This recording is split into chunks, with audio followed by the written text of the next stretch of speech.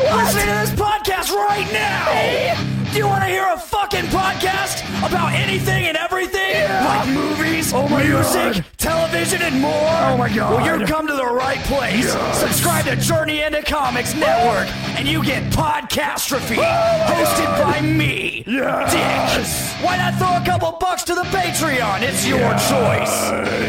Yeah. This is a Podcastrophe.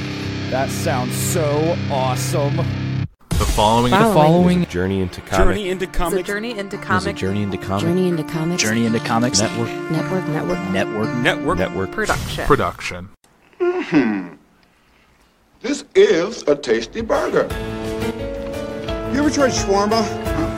There's a shawarma joint about 2 blocks from here. I don't know what it is, but I want to try it.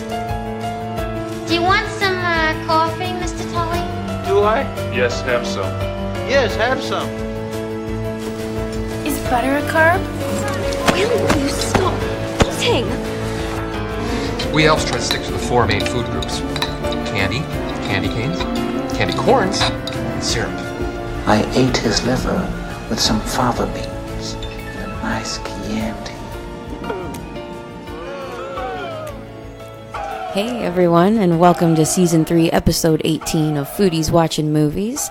I'm your host, Veronica, and with me as always, Nate Phillips and Sarah Van Lanningham. How's it going, guys? Whoa, it's me. How's it going? It's going good. It's been a while since we've done a Foodies episode. The last time we did a Foodies was live at LaFiCon, which was in April. And since then, I don't know if you guys know this little bit of trivia, you guys have not done any podcasts, except for, with the exception to yesterday's one exception. There's always an exception. But you have not done any of your own podcasts since then. We kind of had a break. Yeah. We were in Ohio doing stuff, and the pours were awesome and took over for us, and Ninja chopped an episode out about junk food and junk movies. So grateful for them, and can't wait to do another episode with them, but we've got a lot on the plate today, I think. Oh, see what I did there. We do. Yeah, well, I was thinking since it's been a while, we should catch up and talk about the food adventures or misadventures we had recently. Because we did take a road trip out to Ohio. Do you want to talk about that? Yeah, I do want to talk about it. I was just thinking about just if there were any other food experiences we've had in between there too, and there really aren't. These are the two that really stick out the most for me. So we played a show in Dayton, or Columbus first, sorry. We played a show in Columbus. That was fun. One of the bands My told us... My sister came to that show. Yeah, it was awesome. But one of the guys who we're cool with in one of the bands told us to go to Mikey's Late Night Slice for a piece of pizza. He said it's the best pizza in town, man. No questions asked. Yeah, and we got to know what the pizza's like, you know. And when I hear, listen, you know, because you're you and I'm me, and we love pizza. But listen, best pizza in town. That's a standard that really, if you're going to call it that, it better be a damn fine slice. Correct. I don't think we got damn fine slices. It was, the energy in the place was strange, just as it was. You know what I think the problem was, is that we play a lot of smaller cities, you know, and then when we do go play bigger cities, like when we're in Chicago, or not necessarily Indy, but, you know, bigger cities tend to have a different vibe to them and a different group of late night people that are out and about in the world, you know. And we just happened to go to the part of town where there was lots of bros and lots of drunks and Cretins and yeah, it was lots of young blonde girls. Wow. Not making good decisions that night. Yeah, that's all wow. Yeah, so that pizza place would have been really cool. I mean, they had really cool art, but we walked in and we were getting scoped, and it was just yucky. It was just a bad vibe. So we get this really fucking expensive pizza, $25 for a pizza. And we take it back to our little Airbnb, which was super nice. That was a highlight of the trip. I liked that. And I don't know, I think it was like Heartburn City. It was so spicy. For no reason spicy. And like we had these other sauces, unicorn sauce. And that was actually pretty good. I liked it. It didn't make the pizza taste better though. It just was like, okay, now my shitty pizza just tastes like this cool sauce. Like, right. The pizza was really spicy. I don't know what the deal was with that.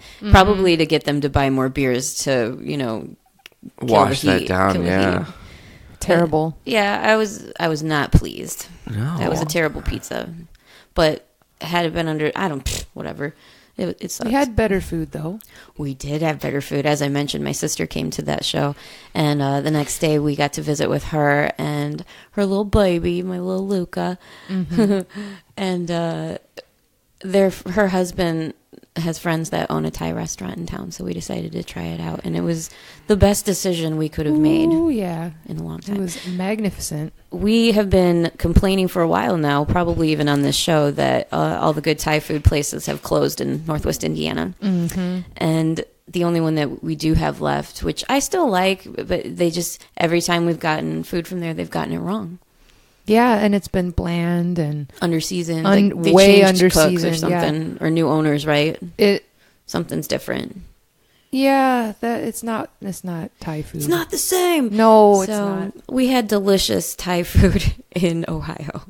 Is the point of that whole rambling. Yeah, we went to this place called Thai Paradise. Oh, and it really was. Man, everything we ordered was off the chain. We ordered a bunch of like different appetizers, and I know that I ordered some spring rolls because those things, I just had a feeling I was like, they're going to be They were the good ones with the glass noodles inside. Perfect. Oh, man. Yeah, those were really good. And they were served with like what was it, a peanut sauce? Yeah, which peanut sauce. I didn't really use it. I just straight up had the spring roll. But it was that good, peanut though. sauce was also for the chicken satay that we got. Ooh, yeah. And I forgot about that. Yeah, that had the chopped up cucumbers on it. And you put a little bit of the peanut sauce on it, on the chicken. Please talk about that chicken satay because it was the craziest thing, and I'll use the word I used when we were there. It's so aromatic. There's so many flavors happening, and not just in your mouth profile, but in like your nostril senses. You know what I'm saying? In your nostril Sarah's region. face. Disgust. Oh, you want to turn that light off? Go ahead, man. It's not a big deal. That's fine. Yeah, those appetizers were incredible. But the chicken satay, you would eat it and it would be like the warm chickeny flavor. You'd start to taste the peanuts a little bit. All of a sudden, the cucumber, right? That was what was on that? Yeah, it was like the fresh would come crunch through of super fresh and cucumber. crunchy. And then whatever that other sauce was that was on it, like you know what I'm talking about? The sweet and sour. Yeah, was that what was on it? The red sauce. No. I thought there was like a kind of like almost a honey glaze on that. Oh, on the chicken. Yeah. Oh, I don't know. On what the chicken satay? It He might wants have to been know what like it was seasoned with. I Here, think it let me was look. like maybe like a dry rub of some kind. Yeah, seemed like. definitely. There wasn't It a was sauce orange. on it. Mm-mm. But it wasn't dry either. It was so good. Skewered chicken breast strips marinated in Thai spices, grilled and served with peanut sauce and cucumber salad. Yeah, see, but like a dry rub. Like it was a dry whatever spice. was in the cucumber salad, though. There was like a sauce of the cucumber salad. I don't know. That was good though. It was really good. It was really good. We ordered 2 things of crab rangoon that were delicious homemade and had corn in it, of all things. That was the weirdest fucking thing I've ever seen. Yeah, corn I've in the crab never rangoon. seen that. The Corn King approves. I approved. loved I it. was all about it. I'm all about that life. I'm from Yeah. Indiana, man. Corn's in my blood. I mean, those kinds of things. It's like they were incorporating the land, right? Right. The Midwest. Right. Let's just put corn in it, Right. It's in something. We'll hide it in here. I did like that everything was homemade and apparently intentional. That's cool. Yeah. And they had such a killer menu because it wasn't just Thai food. They had Japanese options. They had Chinese options, Mongolian, Korean. They almost swayed you. I almost can't got believe Chinese. what you were I doing. almost went for the orange chicken, and then I was like, oh, man. No, I saved the day. I talked you down. She's like, you'll be real mad if you don't get Thai food. I was like, yeah. And then you're I right. chimed in and Yeah, doubled you're right. down with that, and I was like, "Yeah, remember, think about what you actually want to eat." And mine was probably like one of the best ones. Ooh, it was good. I liked mine though. I always get the pad. So, what did you guys get? What was your main course? Well, she just said she gets the pad seiyu. Oh, you did say that. And that's one of I my get that. favorites too. Pad see ew was delicious. I tried some and it was really flavorful. Let's see, their pad see ew has. I'm scrolling on their site. Sorry, so feel free to fill this. What I like space. about that dish is that it's generally always the same at any Thai food place. You can count on it being good. What do you like about it? Oh, about the dish that I got? Well, it has like a sweet soy sauce, and I like that the noodles are the wide rice noodles, and they soak up the sauce. And they'll usually throw some broccoli in there, which I like. I like usually broccoli. put egg in it too, right? An egg, yeah. There's some eggs stir-fried in there. I like that a lot. But that's pretty much it. And then you get your protein. I like to get tofu because if they do it right, they have it a little bit. I don't know if they like saute it or if they actually like fry it. Some places do it one or the other. Usually sauteed. Usually, but it has some texture to it. It's not just like falls apart tofu, you know, Mush. like you'd have like in miso soup or something. It's not like that. Right. They sear it. Yeah, and that soaks up quite a bit of the flavor of that sauce too. So you just have all of that going on. Yeah, that's a good one. They call it I like a that light soybean sauce. Yeah. That's what it's called on their site. Yeah, Natalie it's good. got the one dish that none of us liked. Yeah. Ooh, that was strange. The larb. Yeah. Chicken larb. I don't think looked it was like right. It was that boiled chicken. They had like boiled Yeah. chicken, like it tasted like it came out of like if you picked all the chicken out of a Campbell's soup. Yep. You know? It was not our favorite. It was the only one I didn't try because you guys had not liked it so much. I was like, I don't It want was to try served in this. this weird light red onion sauce. Weird. Yeah, and Like- it was powerful. Yeah, for bringing it was really bland. Like every bite was different. I don't know. Maybe I got a really oniony bite. Then. Maybe you did, yeah. But everything else was incredible. We were so pleased because we had been suffering for so long without good Thai food. V, No, what I want did it you now. order? I ordered the Pods Woon Sen. Yeah, that was delicious That's as well. what I always get. Man. It's like thin rice noodles, and I like it with egg and tofu. Delicious. It was it's very like a garlic, good. a light garlic sauce and pepper. I love that shit. Spoiler alert, all the leftovers were good.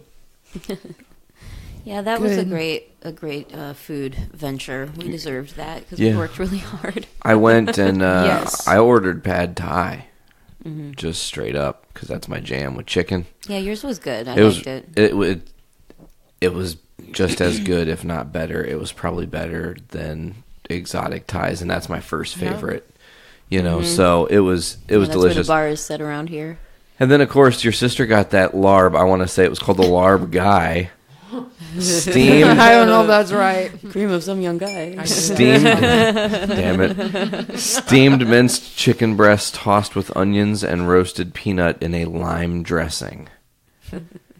Supposed to be, but I don't It's- think that's what it was. No, Can I That, tell you something really funny and embarrassing? sure. You just started, so it looks like it's coming out. Yeah, go for it.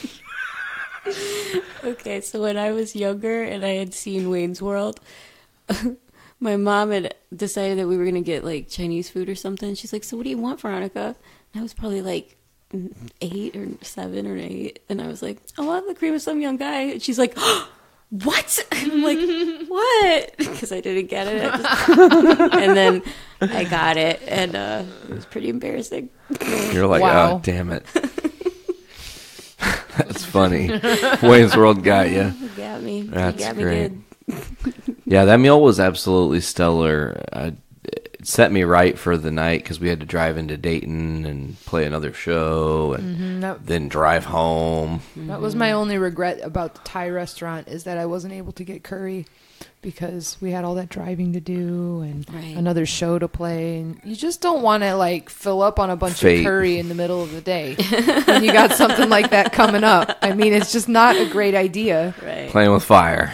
Yes. Playing Yeah. with literal fire. Yeah, so that was my only regret. I did not get to try the curry. Can we shout out real Next quick? time. Yeah. We're talking about this trip. It just made me remember. Can we shout out Exit 140's Steak and Shake for being the best goddamn late night steak and shake ever? My God, we've complained so many times about these horrendous steak and shake experiences in the middle of the night because it's the only fucking place that's open when we're on the road traveling. And it's delicious. I mean, I'm not going to lie. And every time we're waiting there for like 45, 50 minutes. I mean, and they just get you trapped in there and it sucks. It's the worst. But Exit 140 is was flawless. There was one car in front of us that 5 minutes. It was 5 minutes. It was beautiful, And the food was perfect. It was. It was really good. I don't know. That's a tradition that carries over from my first band. You play a good show, and Steak and Shake's just the thing that's going to put. It's just going to put you right. It really will. And I heard sure some did. unpleasant news about Steak and Shake. I was hoping you'd bring this up. It's true. What you're about to say. Talk about it. Is it true? Yeah. I don't want to talk about it. You can talk about it. Well, it's real. So they've started closing. They just closed 7,000 Steak and Shakes. And do you want to know why? It's because they are in the middle of a lawsuit with their managers because they've been overworking them and not paying them for overtime.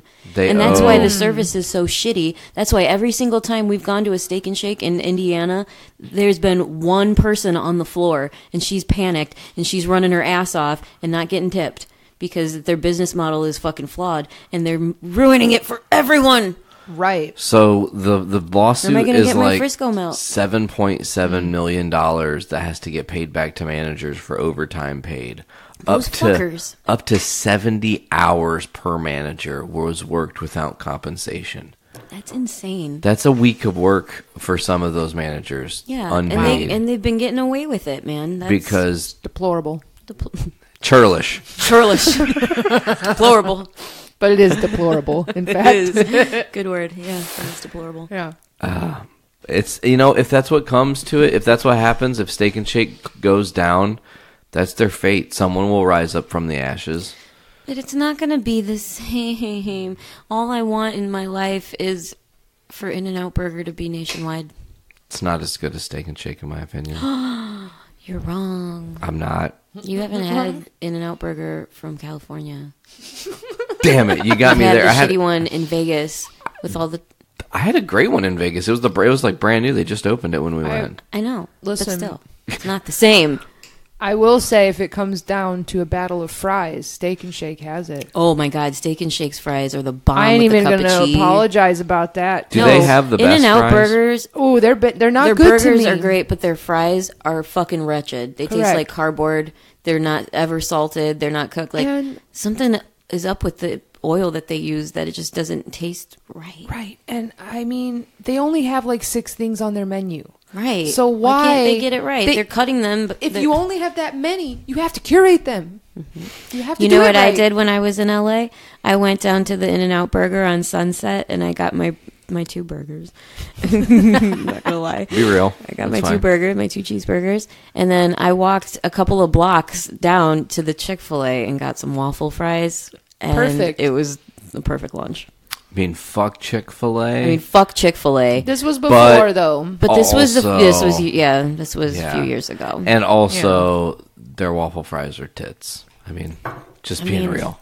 They are. They're really good. Their food is so good. It really does. But fuck that company. But anyways, we had another food adventure that I think is worth bringing up because this is something V celebrates all the time. We talk about it. The first dog and suds of the season. Woo woo. So anytime we go down to Lafayette, we're probably going to be getting dog and suds if we can help it. It's my favorite. But we got the first one after LaFayCon day 1. Mm-hmm. And damn, it was good. It was good as hell. I loved it. Have you never had it before? Yeah. Oh, you have? We've had it a couple times. We had it the one year we went to Wyatt's first birthday party. That's we right. Had it. That's right. I remember. Yeah. I try to have it at least once a year. But we've been going to Lafayette a lot more, so it's going to be more of a thing because it's cheap and it's really good and reliable and it's adorable because they have little car hops come out to your car and deliver you your food and your root beer and your frosted mug. I got to remember to ask them if they have... same people for years now, which is weird. I got to remember to ask them if they have nacho cheese for my hot dog because I don't like the shredded cheese. Yeah, you can do that. Yeah, I want nacho cheese. Mm-hmm. You have to be specific. Yeah, I didn't know that. We got those big coney dogs, the foot-long ones. That's where I fucked up. I should have got the foot-long hot dog because it's the equivalent of 2 hot dogs. And that would have saved me money. Yeah. Yeah. Just get 2 of those cheeses. It's like 4 hot dogs. Eat them at the ballpark. Oh, my God. When I was at the ballpark with Ollie for his T-ball game, I was so fucking hungry. Sometimes I don't get to eat for a while, because I'm busy. And I had 3 hot dogs and a bag of chips and a pop. and some candy. We saw you. We met you at that game. Yeah, and I was sitting there all like sick feeling. I was like, I just smashed 3 hot dogs really fast, and one of them had cheese. You're like, I don't think I can eat for a while. And I didn't. I don't think I ate until like 5 o'clock the next night. Oh. Man. Yeah, well, hot dogs are my jam. I love them. They are really good. I had one of those. Actually, ate a cheese dog just a couple days ago at the ballpark. But that cheese is really spicy. It's too spicy for me now. I'm starting to realize that it's weird because as you're getting older, you've been getting heartburn a lot more. By everything. Yeah. Fucking tomato sauce, heartburn. Fucking air, heartburn. Cheese, heartburn. You just need to do straight up lemon water every day. Oh, I love lemon water. Just lemon water. I'm all about that life. Yeah, you should do that. I'll get into that. Anyway, since you're interested in trying new things, let's talk about some new things that we've watched recently. Hey, great segue. I do what I can. We now have HBO Now. Mm-hmm. I'm super pleased. Stoked. Super pleased about this. Obviously, for the fortunateness that was Game of Thrones. It was great. I loved it. Yeah. How'd Are we you feel, talking Sarah? about that? We could if we want. It's not really a movie. That's not the right podcast. It's more of a journey into comics and all things nerd kind of thing. You're right. Well, besides Game of Thrones, HBO Now also has a plethora of wonderful movies to choose from that we have not had a chance to watch in a while because they are never on Netflix or Hulu. The only other 2 streaming things that we technically have, right? Currently, yeah. Yeah. So we've been... I think we should just talk about what we watched today. Sure, bring it up. Let's get into it. I was really surprised that Nate had never seen the movie There's Something About Mary. Childhood trauma. Me too. You know the story. Because I used hair gel. People used to make fun of me about that movie, and I just knew and now you know why. And it was a jizz thing, and I didn't want to be the jizz kid. That's just it. Like, in the small town USA, jizz hair is not what you want to be. That's for real. I'm being for real. I know. So it, traumatized me, and I didn't want to watch that movie because I was like, oh my God, I don't want to know how bad it is that people are making fun of me, on what level it is, Well, now that you know, how do you feel? Like I didn't do my hair anything like that, and fuck those stupid people. Fuck them all. Fuck the haters. Yeah, that's exactly how I feel because honestly, my hair did not look like that, and that was just ridiculous. No. Yeah. That whole movie is goddamn ridiculous. Yeah. From bell to bell, and I had to close my eyes in a part.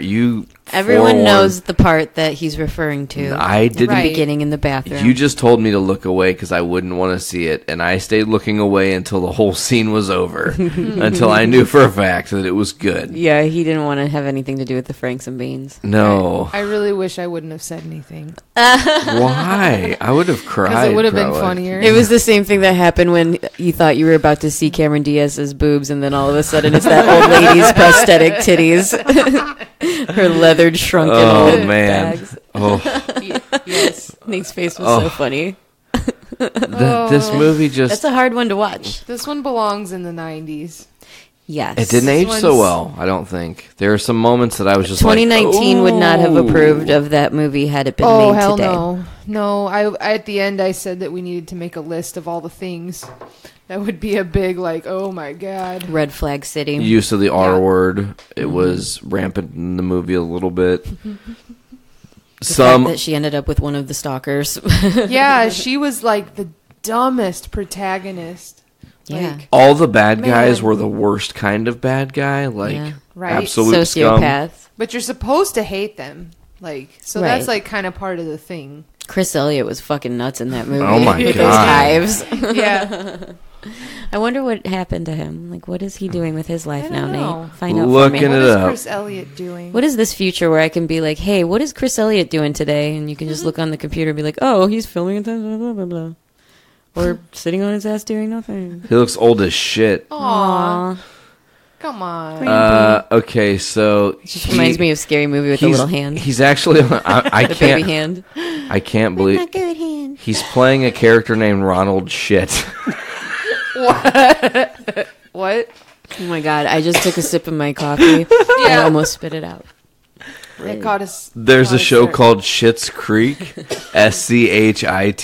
Oh, I heard that was funny. Yeah, he's apparently Ronald Shit. You can't say it. It's awful. Say okay, Ronald Shit. It's spelled weird. It's just funny to me.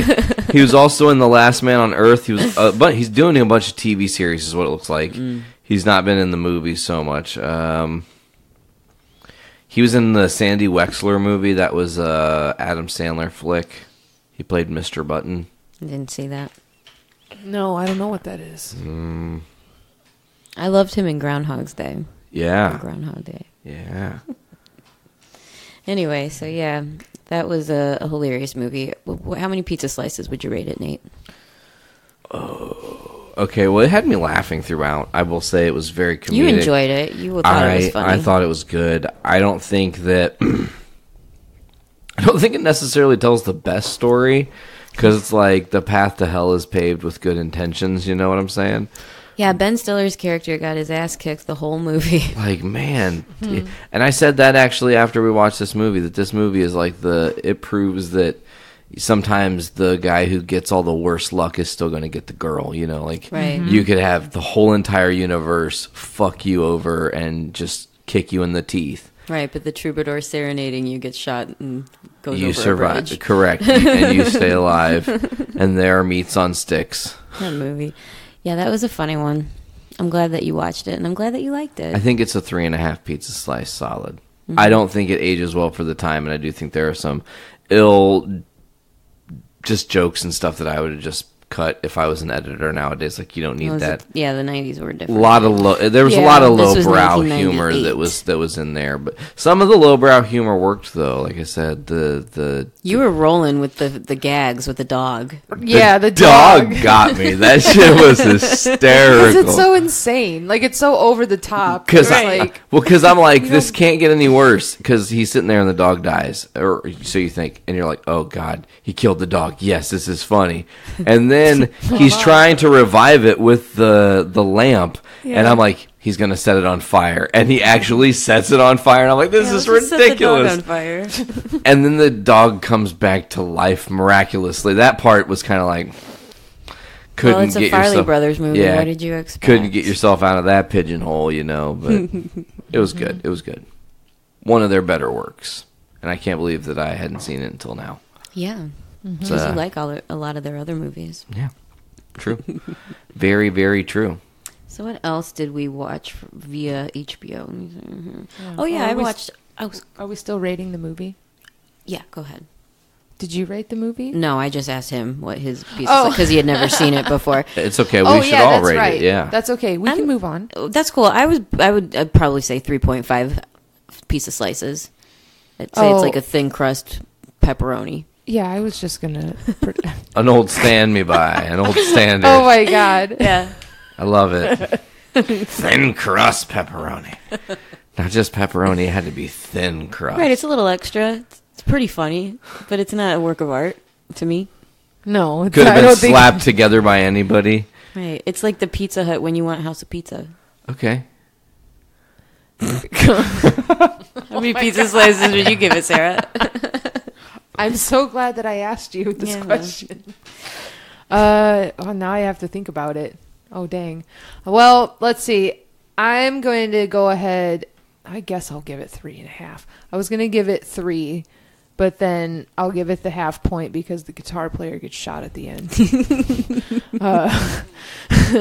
But I think, like, in that one moment, it's kind of like that movie, watching it as an adult. I haven't seen it since I was a kid. And, like, I feel like it was almost like it could have been a comic book. Yeah. Because everybody is so bad and stupid that they're like when people in the streets draw caricatures of you. Correct. And you have, like, you know, large features and stuff. They were just, like, just ridiculous. Right. You know? And, like, the songs all played into that because the songs were so bad. They knew it was a joke. They knew that it was a joke. Right. You know, the whole thing. So then when you think about it like that, it's like, oh, there's something else going on. And then pretty clever. Yeah, you drop all the other stuff out that we don't like, and it could be a really good thing. But I'm sticking with, we're going to go with the 3.5, I guess. So I think I almost did the 4 just now. You were talking it up? No, I had to rein it in. Gotta remember some of the... Yeah. And then I remembered the time and place it came out of, and I was like, no. Speaking of which, we watched another movie from a very similar time, The Cable Guy. Oh, yeah. I love that one. I don't You know think what I Sarah watched said that with earlier? you guys. No, you didn't watch that with us, but Sarah said earlier when we were watching this movie that she could totally see Jim Carrey playing Matt Dillon's character in There's Something About Mary, and it would be a totally different movie, but it would still work. Oh, totally. Absolutely. Yeah, think about that. Different creeper vibe altogether. Yeah, Jim Carrey's got some weird shit going on in his head, and that's totally evident in The Cable Guy. I keep saying it like he's one of those people I just want to sit in a room with. I don't even know if I would even need to talk to him. I just want to look at him and just like this is like absorb the energy. I don't know. I know that's weird. Osmosis. Yeah, I shouldn't say I don't want to talk to him. It's not that I don't want to, but that I wouldn't have to. Like it would be enough. Like it would be if you enough. I'd didn't. be like, okay. Yeah, Mhm. I just want to get a little bit of whatever that is. Mm-hmm. He's like a genius, I think. Yeah. I really do. Yeah, I absolutely agree. And he's been in so many great movies, especially great 90s movies. Yeah. He went the distance in all of them. Yeah, he really committed. I know. That's true commitment. Yeah. What's your favorite Jim Carrey movie? Ooh. Oh my god. Okay, rephrase. No, I know the What's answer. your top 5 Jim Carrey movies? Okay, of all easier. time?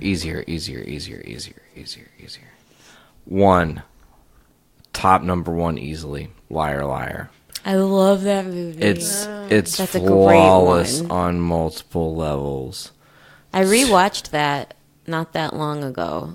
Okay. And I feel like I remember it holding up. I still enjoyed it. I was a little bit, as a divorcee, I felt like it was a little excessive, and I wasn't really in the right frame of mind to watch that movie again because it takes place about a, divorce and with the stuff kid like that. and all Yeah, that, all that bullshit. So I wasn't like as hyped about it as I wanted to be, but it was still funny. Okay, See, so that was 1. So Liar, Liar. I would say 2 is Ace Ventura 2. I liked that better than the first one. Oh, interesting. Ooh. I disagree. I'm a rare breed, but there were just so many little tiny stupid moments in that movie that get me. Like he's carrying the dude that looks like the Monopoly Man.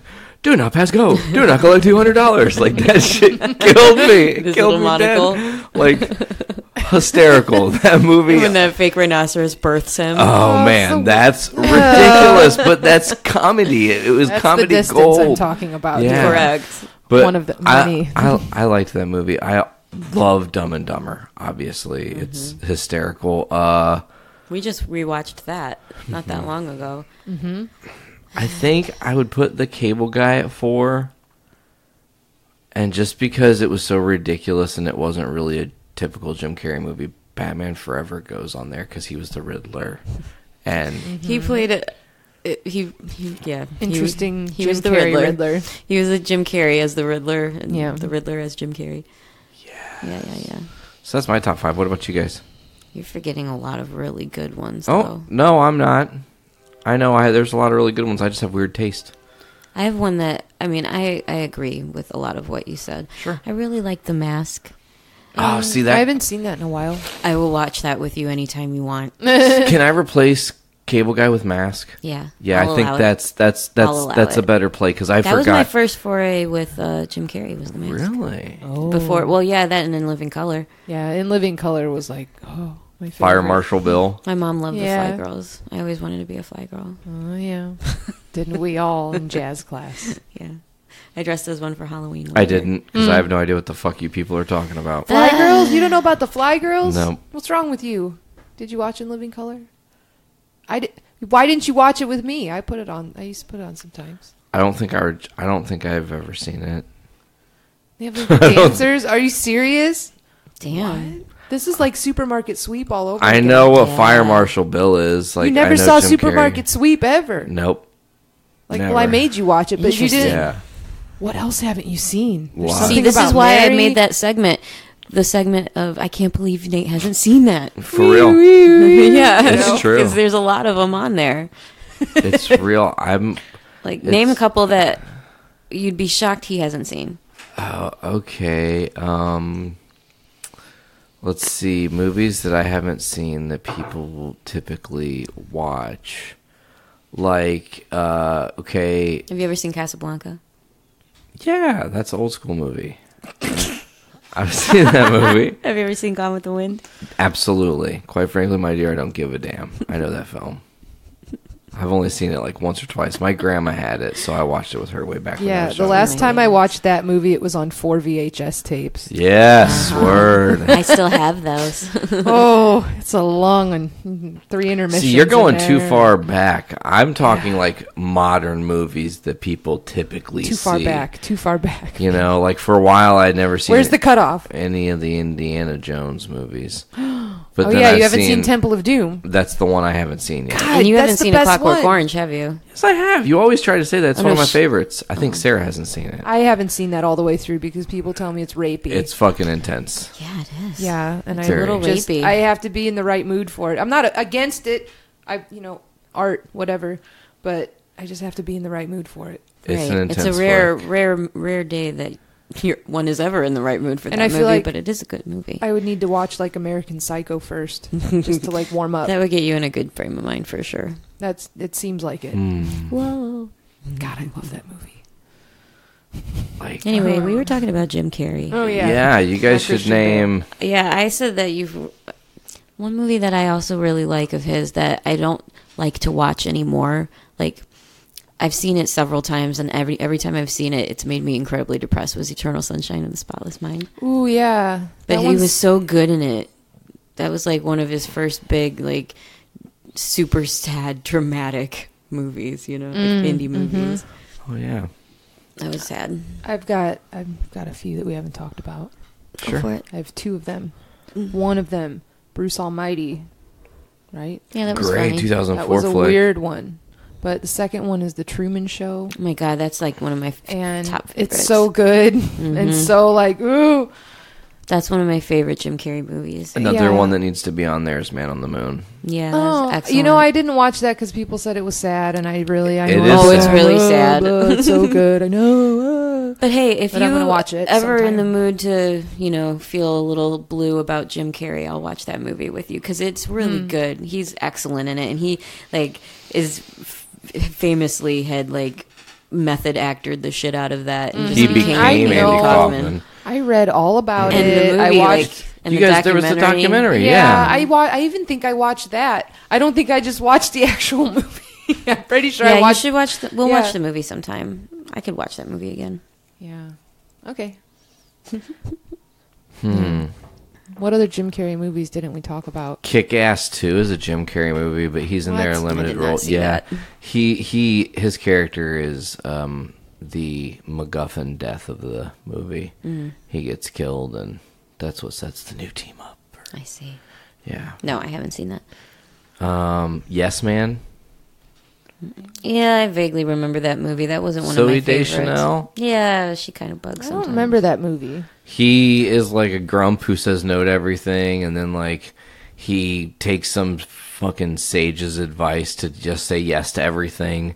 And he it changes his life. He blindly just starts saying yes to everything. Oh, and then yeah. He falls in love with Zooey Deschanel, and then Zooey Deschanel's like, "You only fell in love with me because you say yes to everything. So if I would, Blah, blah, blah, if you blah. would have been normal, you wouldn't have went to my show because she's in a band." That's right, I remember.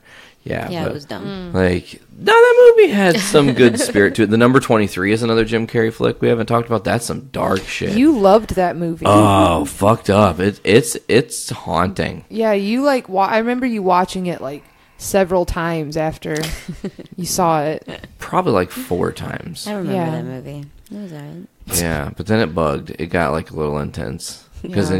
then I'm like, anything can be numbers. I can make any number. Fucking 4 is Way to the take number. the fun out of it. I had to, or I was going to become obsessed with the number 23 and become Jim Carrey in that fucking movie.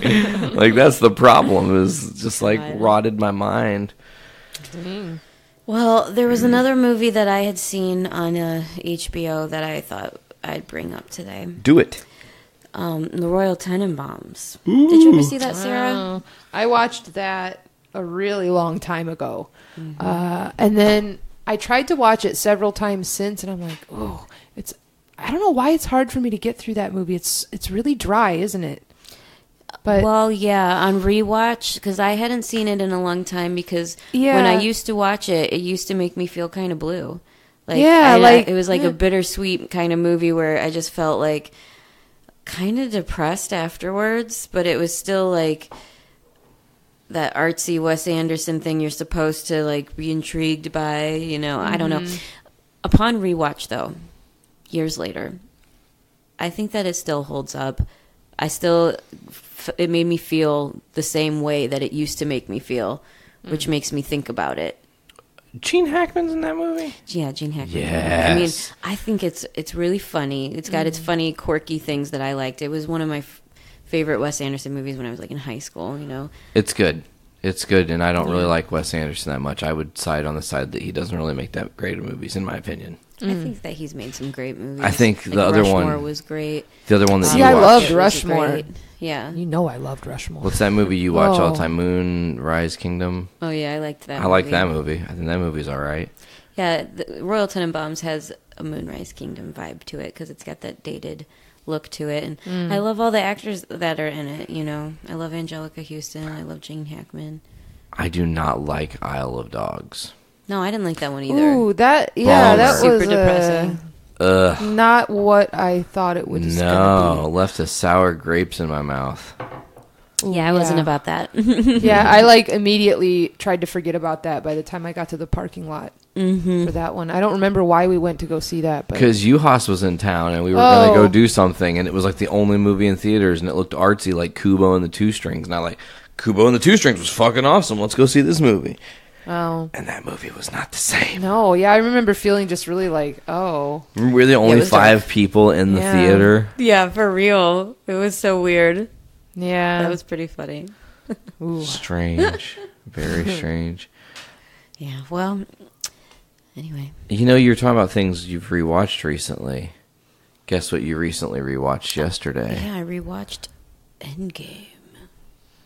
Ooh. Bum, bum, bum. We can actually talk about it now. The spoiler ban is lifted. It's actually been over a month by the time this comes out since the movie's been out. It's destroying at the box office. I don't know if you guys are aware how close it is to... You've been following the numbers. What are they doing? Okay, so check this shit out. All-time worldwide box office right now, you have Avatar sitting at the top with $2.78 billion, okay? Mm-hmm. So that in its lifetime, it brought in $2.78 billion. Now, here's the thing.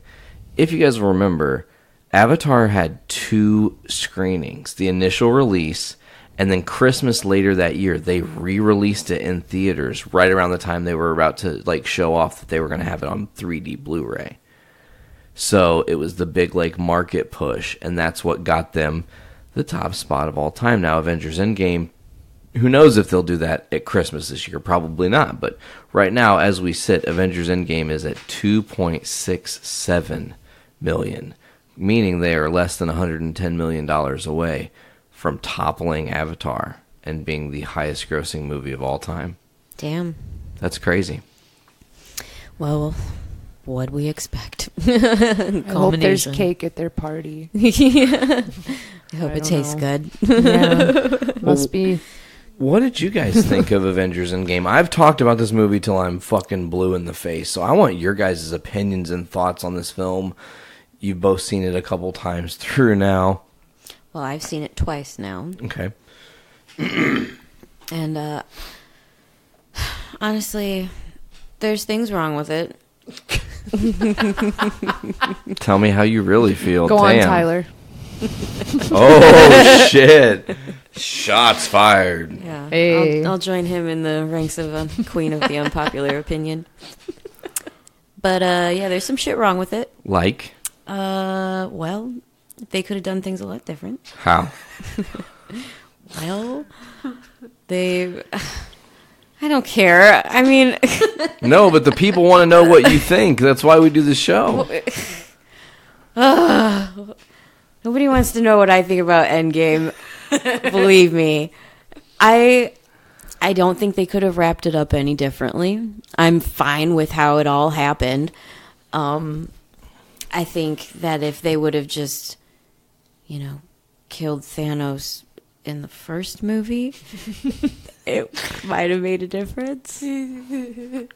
Like maybe Thor should have went for the head. Maybe, when they were about to pull the gauntlet off of him on that planet with Titan. Iron Man, when they're on Titan. Maybe they just should have cut his fucking arm off. Drax could have stabbed him a bunch of times. They could have just like pushed Quill out of the way and been like, "Bitch, shut up. We're almost there." Like there was mistakes made.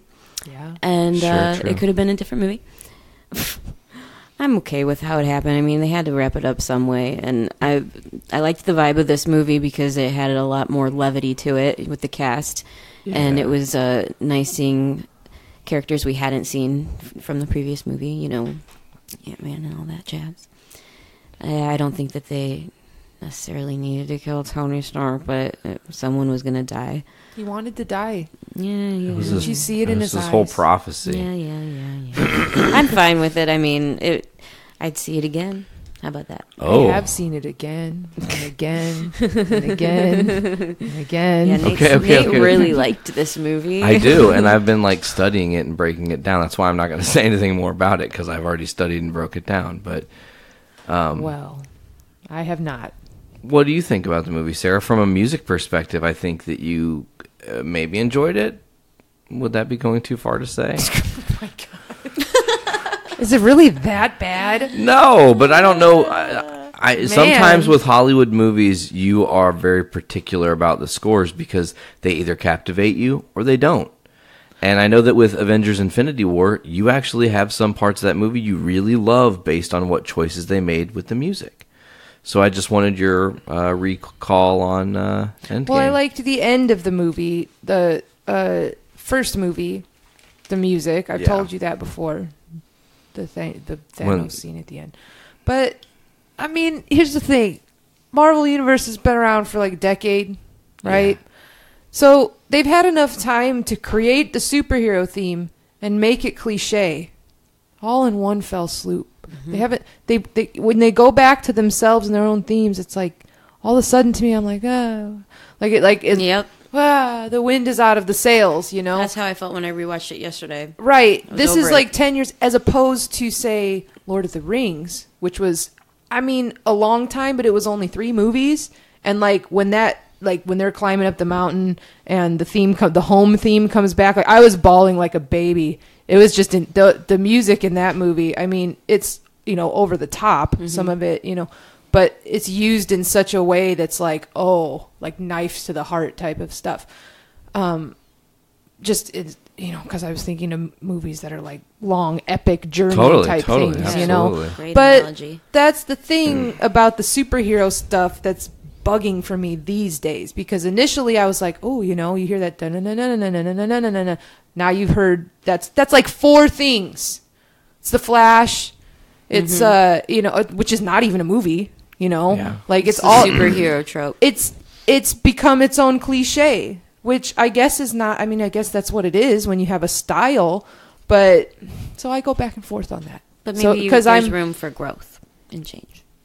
Yeah, I mean, at the same time, I understand the need to have branding with it. I mean, when you're in the big Hollywood thing, that's what most people, the stories only go so deep. Mm-hmm. They go deep enough, but they only go so deep. They don't go super abstract with it or anything, So the themes have to be there. They have to be strong like that. But it's gotten to the point for me, since I don't know why it all gets jumbled up, where I can't differentiate them anymore. Like the Flash theme sounds like the Avengers theme, sounds like this, sounds like, and I can't even think of them all. Right. But I just feel like I have to really think hard to remember the exact things that are happening because they're so similar.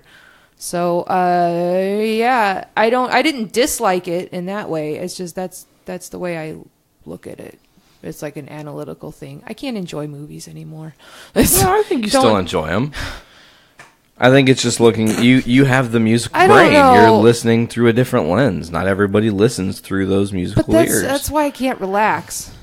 I have to play a video game because then I'm doing something while I'm and the music is repetitive, so it's like it's different. Right, that it's makes different. sense. There's a task happening. It's like I can think. That's the only time. Mm-hmm. If I'm watching movies or TV, it's like the superhero theme. I'm on my bike and I'm riding. That's the Flash, by the way, the one you're doing. Yeah. That you've done over and over is the Flash. I think that's also why what I enjoy about the music in movies is sometimes more the absence of it. You know? Yeah, I appreciate a good long silence. Mm-hmm. That's important for a narrative because it gives the audience time to digest what's happening, not just have it constantly spoon-fed to them. Mm-hmm. You know, that's what the music does. So then the music becomes more, you know, it carries more weight when all of a sudden it's there, especially when it creeps in to an emotional scene. Like, I don't have any examples off the top of my head in particular about the movie we're talking about, but just that type of stuff, you know. It was a long movie too. But you know, I thought the pacing was pretty fast. Like a lot was happening, and I felt like 40 minutes in felt like 20 minutes in. You know. Yeah, and for me, like, when I was sitting in the theater watching it, I just kept thinking like, I don't want any more stuff to happen. Yeah, and I was getting stressed out by it. I was like, we were really stressed out. I don't want any more. Just have it. Have the thing, whatever is going to do it. Just do the thing, you know? Like, I don't know. I want to go home. I want to be done now. And I'm not saying that as a critique necessarily. I just was getting antsy with it. The story that, just like, what? They built to a fever pitch for sure. Yeah. And it's all built on two lines. I mean, the on your left line is like a oh shit moment. And then when Cap goes, Avengers Assemble, I mean, that's the payoff for everything they did in that movie, was to get you to that point, I think. Mm-hmm. You know, because you're there. Everybody is finally together. I like how they wrapped up Captain America's story. That was sad and sweet all at the same time. Made sense. Mm-hmm. Absolutely. I didn't like the Hawkeye, the Soul Stone thing. Black Widow. Yeah. Well, one of them had to go. And it wasn't going to be the I one guess with the family. That's those are the people that they had to have that happen to. I don't know. I mean, if Rhodey and Nebula went, what's Rhodey going to do? Nebula couldn't have just taken the plunge for him. I mean, what are you going to do with Rhodey and Nebula? Have Rhodey throw his legs off? Lose that which you love? Let me get rid of these little things that help me walk. You know, but... Well, no, I think Red Skull would probably make them go home and get what they like. Oh, that's true. He must return. Ooh, that's a whole other thing. But I thought that Hawkeye's story was very redeeming in the movie because he loses it all. He goes off the fucking rails. He becomes the worst of himself and then gets brought back to the light, wants to be the guy that makes a sacrifice play and is told no. Mm-hmm. You've got a lot left to live for, and now it's your actual second chance. Mm-hmm. So I was sitting here thinking about what's a dirty thing that Marvel could do to people to really gut punch someone, and I imagine we'll see Robert Downey Jr. back as Tony Stark very soon, but it'll be a Skrull pretending to be him, and it'll be to mess with Parker or something like that. That'll just be like a real 1-2, like, oh, you know, you see him and you're like, oh, but then you know that it can't be, and then that's that. But that's all I really have for Endgame stuff. You had seen it again recently, and I love the movie. I can't get over it. Question, do you think that if Nick Fury would have sent out his little pager message, like maybe, I don't know, the day before all that shit would have happened, that Captain Marvel could have made a fucking difference? Absolutely not, because he didn't want to bother her unless it was absolutely code red, and he didn't know. It was code red. No, because all the things that you're talking about, everything that happens in Infinity War, one day in the course of like 12 hours. It's not a long span of time. It's quick. Well, if the city is being attacked by aliens, but the Avengers call Captain Marvel? No, because the Avengers handled it before. The Chitauri came to New York before, and the Avengers took care of it. And now you got people like Doctor Strange in the mix, and Nick Spidey. Fury has been in the know, knows about Thanos, right? No, that's the thing. They didn't know about Thanos until that point. They were unaware. S.H.I.E.L.D. doesn't know who Thanos is. I mean, even... How would they not know their S.H.I.E.L.D.? Think about it. Really think about it. Doctor Strange didn't know. He literally, in Thor Ragnarok, says, I've been going around cataloging all these bad people that pose a threat to Earth, and doesn't mention Thanos, because Thanos is working off radar. And anybody that comes into contact with, he kills half of them and ensures the other half doesn't talk. Keep it simple. So no one knows about Thanos. He rises in the shadows. That's his whole thing. The Guardians of the Galaxy know about Thanos. And they know Thor. But they only meet Thor after Thanos has already destroyed Thor's ship. Right.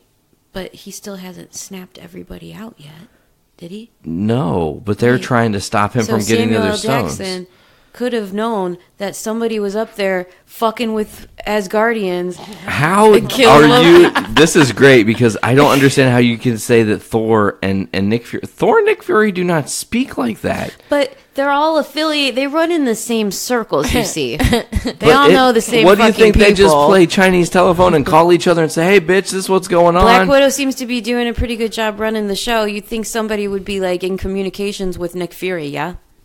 But Nick Fury was doing S.H.I.E.L.'s rebuilding after the fall of S.H.I.E.L.D. and Winter Soldier.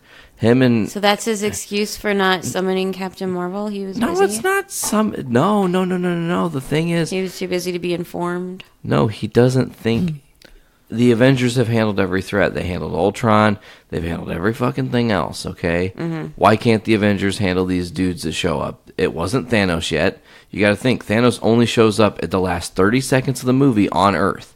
He's nowhere near Earth until the very end. He walks onto Earth, gets the gauntlet, snaps his fingers, leaves Earth. He's not even there for 10 minutes in the movie. It's quick. It's literally the blip of a radar. So what is Fury supposed to do? Know that there's some alien threat they've never heard of and no one's warned them about because even Captain Marvel didn't know about Thanos? Yeah, because he's a part of S.H.I.E.L.D. and they know everything. They don't know everything. They don't. Well, I don't know. I just feel like that's kind of a interesting question to pose. Like, that's just, listen, they talk about it if you go back through and watch all the different movies. The way Thanos is built. Well, I didn't do that. I didn't watch the other fucking movies in a row like you did before we saw Endgame for the first time. I tried. I didn't get all the way through, but I tried. I got like 13 movies deep. I got through Civil War and was like, I can't. But no, the thing is, though, is in those movies, Thanos works in the shadows. In Avengers, he's not even... You don't even, he's so ancillary because he's in the background, tells the other to hire Loki to go to Earth to get the Tesseract and to invade. Here, use my Chitauri army, Loki. They won't know where it comes from. So Loki's being powered by what? Thanos. No one knows who Thanos is. So then Tony starts having these dreams about what happens in New York and going up into the wormhole and seeing that there's so much more that they could be fighting. And he's like, holy shit, we are nothing. Don't you think he would have thought to tell Nick Fury that? Yeah, he did, but he doesn't know who it is. Mm-hmm. He doesn't know. He just says that there's a threat. That's why he keeps telling people we need to build a suit of armor around the world, because he knows that there's bigger out there. Mm-hmm. They just don't know what. And Earth keeps getting involved in new things that open them up to the realities of what's happening. And now Thanos has had a full-blown attack. Of course, it was the 2014 Thanos having a full-blown attack on Earth. People know Thanos now. And of course, with the snap happening, they really know Thanos. So he's like a legendary villain in the annals of that MCU history on Earth now. But before then, no one on Earth talked about Thanos or even knew his name. And the Guardians only knew him because Gamora is his daughter. Well, and you know how that went. So that's all I've got. But did Gamora ever go to Earth? No. Not until this movie. I mean, you got to think the Guardians, Quill never went to Earth. Right. They weren't anywhere near Earth. They were off doing other missions. I'm gonna have to think about that. Trust me, I have. I'm not. I'm not gonna think about that at all. Do you guys know what's kicking ass at the box office this weekend? No, what? The Aladdin live action remake. No. Yeah. It brought in $86 million in the first weekend, and it looks to bring in a total of $105 million over the Memorial Day weekend. People say it's pretty good. It's not bad. Is there music in it? Yeah, there's music. There's a whole new world of music. Oh, I see what you did there. Yeah. Clever. Yeah, I don't know how much I want to see it. Really? Yeah, I don't know. We haven't watched any out. of the Disney live-action remakes, have we? No. None of them. Because they've done Jungle Book, and they've done Lion King. Yeah, I didn't see that. Dumbo. I will not be seeing that. No. And then, obviously, Aladdin. You know what is interesting, though? I just found a box full of old VHS tapes from, like, the late 80s, early 90s. Sweet. And one of them was recording of Dumbo from 1986. Someone had gave to my mom for me. And it's got all the best 1986 commercials still recorded on it. I was just going to say, I was jamming those commercials. Just Sarah's like, Veronica, this is like internet gold. Yeah, there's some gems on there. I need to watch it again. I see it tastes so wonderfully, wonderfully. Yeah, there's some really good jingles. That's awesome. They don't make jingles anymore. No, not like that. I had seen that VHS tape so many times. I have like all those little jingles memorized. Nice. So that was fun. That was fun watching that again. It's funny to bring up Disney because they took over the world. Did you guys hear about the Hulu acquisition? So Sarah, something terrifying is happening in the world. Uh-oh. This just in. So Hulu officially has been sold to Disney. Why? Because Disney wanted them. Disney owns the world now. So let me explain this. Let me further explain. Hold on. You need to understand that Disney already had 66% of Hulu. Right. They now have 100%. Keep it. No, they're keeping it. They just want to make all the money. They want to be a monopoly. Well, think about it. Now all you have to do is tag an additional service of Disney Plus to Hulu, and you don't have to do any damn thing about having... But what's going to happen to the content?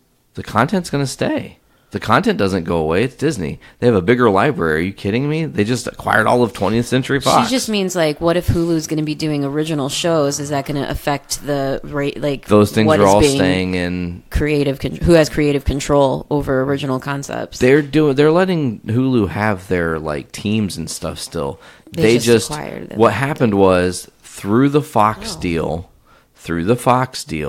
Disney got 66% of Hulu. Mm-hmm.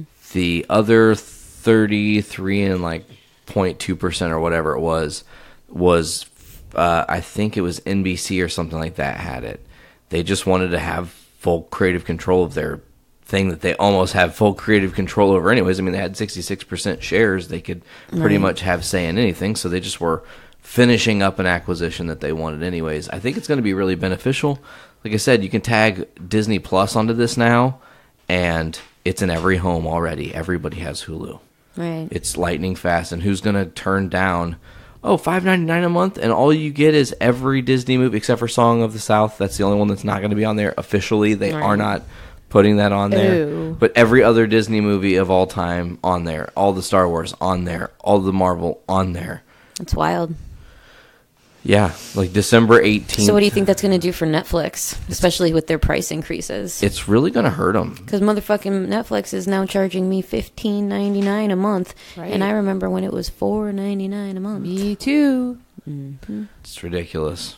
My first foray into Netflix land was I was living in Crown Point in my little apartment, and I rented all of the X-Files Season 1 discs, and they would mail out like 2 discs at a time, and then I'd watch them and mail them back and then wait for the next 2 discs to come in. I remember. And I binge watched X-Files like all the way till like season 6, and I was like, this is stupid. I'm just going to buy them at Disc Replay, and I bought all of the box sets. Yep. And then I watched them all. Nice. I remember those days.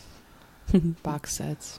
Mm-hmm. I think that Netflix is going to have to do a price adjust or decide that they want less original content. Mm-hmm. Because they're getting too big for their britches now, and now I gotta say, some of their shows are stellar. Like Sabrina is choice. Yeah. The only reason Sabrina is on Netflix is because it can't air on the CW because it's technically a CW show, 100%, like without question. Greg Berlanti produces it, he writes it, his team directs it. Yeah, well, I'm glad it's not on the CW. Yeah, I fucking hate the CW. What I'm saying is that it's all the same. The only reason is they're a little bit more adult content, which keeps it's about them, Satan.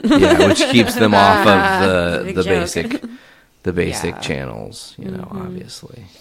So yeah, well, get your shit together, Netflix. Mm-hmm. Yeah, because people are going to be canceling. Like, people are going to cancel HBO Go now. Now that Game of Thrones is over. Yeah. What else do we have? I will say that HBO now has all of the seasons of any HBO show you could possibly imagine, which makes me happy because I grew up watching HBO. Plus that was our Sunday night thing at my house with my family, was watching 6 Feet Under on HBO or watching Real Time with Bill Maher. whatever, watching. I remember they would watch Oz, like when that Oz was on, and that was tough. That was a tough show. But yeah, all of those are still on there and worth watching. I mean, they've got stand-ups from everybody's catalog from way Their back. stand-up is good. I mean, thing is, it was funny to note that HBO Now, how to cancel HBO Now, was the top Googled thing 1 hour after the Game of Thrones finale. Oh my, those fuckers. God. It spiked. That was the most searched thing. People are ridiculous. They do have good movies on there, like movies that you can't get on Hulu or Netflix. I like that. Yeah, but people were only watching for this Game of Thrones series, so they don't care about And that the was like the movies same thing when True Blood was a big fucking deal. That was the same thing with Showtime when Dexter was a big deal. And I'm sure next year there's going to be another show that's going to be the next big deal. I mean, we might have we've been riding this golden era of television out, and I think it's finally starting to burn out. Like Game of Thrones is done, Gotham is done. Everything is ending. Arrow is going to end this year. Big Bang Theory just ended this year. Everything's coming to a close. Like this golden age of television is concluding, and I don't know what we're going to get next. Because honestly, since I got rid of my cable a year, it's been over a year now that I haven't had basic cable or TV or DirecTV or whatever I had at the time. I've had it all. The U-verse really sucked. Yeah. Comcast was always in and out, and DirecTV was a pain in my butt. So I got rid of it, and honestly, I don't miss it. Because that was keeping me confined in my house, in my little bubble, and I would plan things around, what time is my show coming on? That was the thing for me to do, and I feel like since I got rid of it, I've been able to make other things more important. Freed you from the television chains. Yeah, the TV casualty life. Oh, nice hybrid moment there. Well, I try. That was volleyball with... Yeah, so I feel like... Was there anything else on our list this week that we wanted to discuss? Did we miss anything? Let's see. No, I don't think so. We pretty much talked about everything we wanted to talk about. Let me see. Yeah. The only other thing that I was gonna talk about was Hulu having excellent anime selections right now, because I haven't watched anime in a long time, and I really loved it. I have a lot of favorites, and several of them are on Hulu right now. And I was super surprised to see Ninja Scroll. Have you ever seen Ninja Scroll? Long time ago. Oh, it's one of my favorite animes. It's so dark and really good. It's I really want to watch it again. Okay. And Akira. Once we finish Sabrina, we'll need to start The Flash, and we can do Ninja Scroll. Okay. Because we've got so many is shows. Just a movie. It's not a series. Oh, it was just a one-off. Well, what's on Hulu is it's just a movie. Okay. Yeah. I'm into it. Mm-hmm. I like... As is Akira. That's just a movie. They're doing a live-action Akira. Yep. What white girl's going to star in it? Let's see. It